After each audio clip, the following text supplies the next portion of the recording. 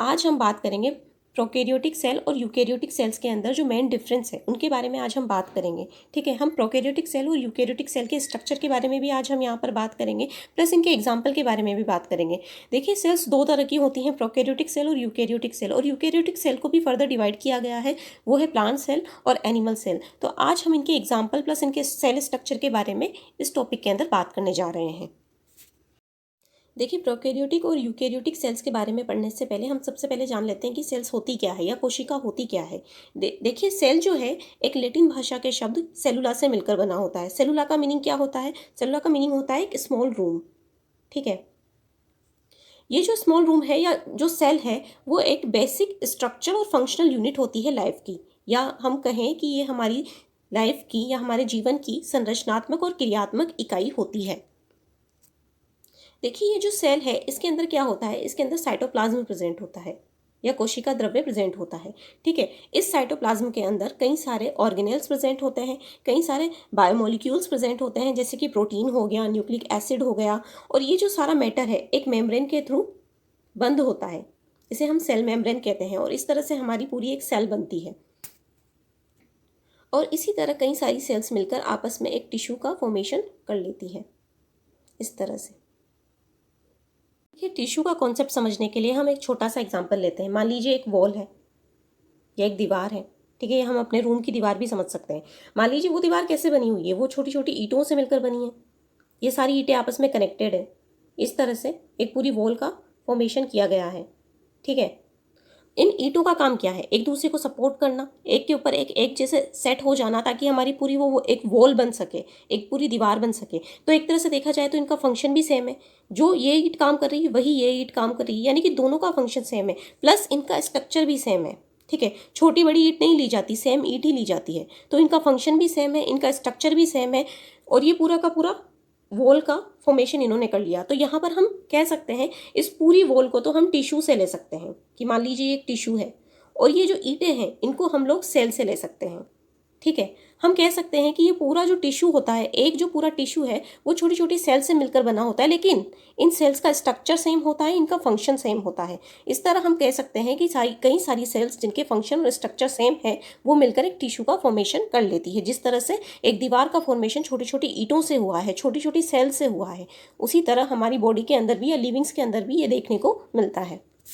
Cell के दो type होते हैं, पहला होता है प्रोकैरियोटिक सेल, दूसरा होता है यूकैरियोटिक सेल। प्रोकैरियोटिक सेल जो होती है वो एक सिंगल सेल होती है। देखिए, जो प्रोकैरियोटिक सेल होती है इसके अंदर ज़्यादा हेडेक नहीं है, ये मतलब सिंपल सी लाइफ जीती है, मतलब सादा जीवन उच्च विचार वाली सिचुएशन है इसके अंदर। मतलब इसके अंदर कोई भी एक्स्ट्रा ऑर्गेनल्स नहीं प्रेजेंट है, यानी कि जो डबल मेम्ब्रेन ऑर्गेनल्स है वो यहाँ पर एब्सेंट होते हैं कम्प्लीटली। बहुत ही सिंपल होता है। देखिए, सेल के अंदर क्या होता है कि एक बॉक्स है और उसके अंदर एक छोटा सा बॉक्स और होता है। जनरली ये होती है सिचुएशन, यानी कि एक बॉक्स जिसके अंदर क्या होता है, साइटोप्लाज्म प्रेजेंट होता है, इसके अंदर सारे ऑर्गेनेल्स प्रेजेंट है। ठीक है, हमारा माइटोकॉन्ड्रिया हो गया और जो भी एंडोप्लाज्मिक रेटिकुलम होगी, गोल्जी बॉडी होगी, ये सारे साइटोप्लाज्म के अंदर है।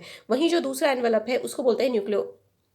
इसके अंदर क्या होता है, न्यूक्लियोप्लाज्म प्रेजेंट होता है, जहाँ पर सारा जेनेटिक मैटर या जो भी न्यूक्लिक एसिड है वो सारा इस एनवेलप के अंदर प्रेजेंट होता है। वहीं प्रोकैरियोटिक सेल के अंदर ये सब नहीं होता। प्रोकैरियोटिक सेल के अंदर सिर्फ एक ही एनवेलप होता है और जो भी मैटर है वो सब इसी के अंदर होगा। ठीक है, यानी कि जो इसका जेनेटिक मैटर होगा वो साइटोप्लाज्म के अंदर ही बिखरा हुआ पड़ा रहेगा। इसलिए हम यहाँ पर कह सकते हैं कि जो प्रोकैरियोटिक सेल है उसका न्यूक्लियोप्लाज्म और साइटोप्लाज्म दोनों आपस में मिक्स हुए रहते हैं। ठीक है, इसका ये मेन डिफरेंस है। और देखिए, अगर जो प्रोकैरियोटिक सेल है इसमें अगर एक्स्ट्रा कोई ऑर्गेनेल्स बनते हैं तो वो इसकी जो सेल मेम्ब्रेन है उसी के थ्रू बन जाते हैं। जैसे कि हम यहाँ पर बात कर लेते हैं मीजोसोम की, जो इसकी इनर वॉल है, इसी से मीजोसोम का फॉर्मेशन हो जाता है। देखिए, बात कर लेते हैं कि मीजोसोम बन कैसे रहे हैं। देखिए, ये एक सेल वॉल है, ठीक है, मतलब इनर वॉल है, जो कि क्या कर रही है, प्रोकैरियोटिक सेल के अंदर इस तरह से कंटिन्यू होती होती अंदर फोल्ड हो जा रही है, इस तरह से। और साइटोप्लाज्म के अंदर ये मीजोसोम जैसे स्ट्रक्चर बना लेती है। ठीक है, अब मीजोसोम का काम क्या होता है भाई? मीजोसोम जो है, जिस तरह से हमारे बॉडी के अंदर या जो यूकैरियोटिक सेल के अंदर जो माइटोकॉन्ड्रिया काम कर रहा है वो यहाँ पर मीजोसोम करता है। एक तरह से कह सकते हैं कि इसका पावर हाउस ये मीजोसोम है। ठीक है, बात कर लेते हैं यूकैरियोटिक सेल। देखो, यूकैरियोटिक सेल के अंदर क्या है कि जो इनकी जो सेल है या इनके जो साइटोप्लाज्म के अंदर दो बॉक्स प्रेजेंट है, यानी कि इनकी जो सेल है इस तरह से इसके अंदर दो बॉक्स प्रेजेंट है। ठीक है, यहाँ तो साइटोप्लाज्म है और यहाँ न्यूक्लियोप्लाज्म है। प्रोकैरियोटिक सेल के अंदर जहाँ ये पार्ट प्रेजेंट नहीं था, ये अंदर छोटा वाला बॉक्स प्रेजेंट नहीं था, वहीं यूकैरियोटिक सेल के अंदर ये बॉक्स भी प्रेजेंट होता है, जिसे हम बोलते हैं न्यूक्लियोप्लाज्म, सॉरी न्यूक्लियर एनवेलप। ठीक है, वहाँ पर न्यूक्लियर एनवेलप प्रेजेंट नहीं, वहाँ ऐसा नहीं है कि वहाँ पर जेनेटिक मैटर प्रेजेंट नहीं है, वहाँ पर जेनेटिक मैटर प्रेजेंट है, लेकिन वो न्यूक्लियर एनवेलप नहीं है, इस वजह से वो बिखरा हुआ है। यहाँ पर बिखरा हुआ नहीं है, यहाँ पे सब कुछ सिस्टमेटिक है, एकदम डिसाइडेड है, हर एक ऑर्गेनेल्स अलग अलग काम के लिए बने हुए हैं। ठीक है, कि हम यहाँ बात कर सकते हैं कि जो प्रोकैरियोटिक था वो तो क्या कर रहा था, सेल मेम्ब्रेन से ही मेसोसोम बना ले रहा था, उसी से वो एनर्जी प्रोवाइड कर रहा है अपने आप को। पर यहाँ पर क्या होगा, इसके लिए अलग से ऑर्गेनेल्स प्रेजेंट होते हैं, जैसे कि माइटोकॉन्ड्रिया, इस तरह से सेल में साइटोप्लाज्म में बिखरे हुए पड़े रहते हैं। ठीक है, यहाँ से अलग अलग हर काम के लिए एक ऑर्गेनेल्स यहाँ पर प्रेजेंट होगा। देखिए, यूकैरियोटिक सेल जो होती है ये भी दो पार्ट के अंदर डिवाइड है। पहला होता है प्लांट सेल, दूसरा होता है एनिमल सेल। प्लांट सेल की बात करो तो जो प्लांट में प्रेजेंट है, और एनिमल सेल के अंदर जो है वो एनिमल के अंदर प्रेजेंट है। देखिए, इनके अंदर भी कुछ डिफरेंस होता है जो कि हम नेक्स्ट वीडियो के अंदर पढ़ेंगे। देखिए, एक तरह से हम कह सकते हैं कि जो प्रोकैरियोटिक की एडवांस फॉर्म है वो होती है यूकैरियोटिक सेल। देखिए, सबसे पहले अगर लाइफ की स्टार्टिंग हुई होगी अर्थ पे, तो सबसे पहले प्रोकैरियोटिक सेल ही आई होगी। धीरे धीरे डेवलपमेंट होता गया तो हमने एडवांस फीचर गेन करना स्टार्ट कर दिया, यानी कि जहाँ पहले वो मीजोसोम से ही काम चला रहे थे प्रोकैरियोट्स, धीरे धीरे उन्होंने माइटोकॉन्ड्रिया बना लिया।